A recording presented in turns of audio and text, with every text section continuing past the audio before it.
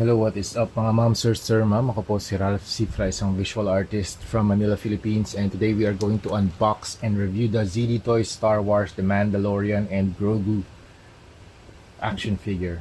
Thank you very much, Laro Anan, for providing this figure for unboxing and review and customization. Custom repaint natin to very soon, okay? But now, re-review muna natin. If you wanna buy more ZD Toys na action figures na Star Wars, alam ko meron pang Luke, Darth Vader, Stormtrooper, maganda. Try nyong bumili dito kay Laruanan mga mom sir. Meron din mga ZD Toys na mga Iron Man action figures and also mga iba pang mga action figure statues. Tama ba? May statues nga ba? Or rather collectibles, mga chibi pa siya or Transformers. Ayan. Okay.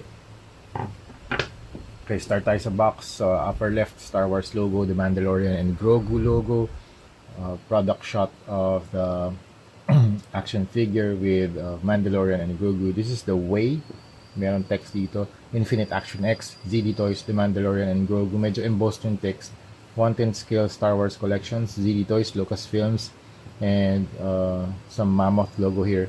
So, this product is authentic. Hindi siya KO, hindi siya bootleg, hindi siya fake, okay?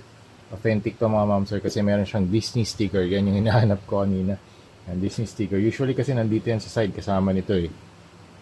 Right. Sa ilalim, ZD Toys. Dito naman, The Mandalorian Grogu logo sa likod. Mandalorian Grogu. Ito yung proportion niya and all the accessories here. Grabe yung dami accessories. Okay. Sa kabilang side, Mandalorian and Grogu. Tara, buksan na natin mga ma'am sir. Okay. Ganda ng packaging niya. Very hard, high quality cardboard box. Okay, tapos sa first tray, dito yung action figure and Grogu. Alright, first tray is here. Tapos sa second tray, yung dami accessories. Wow!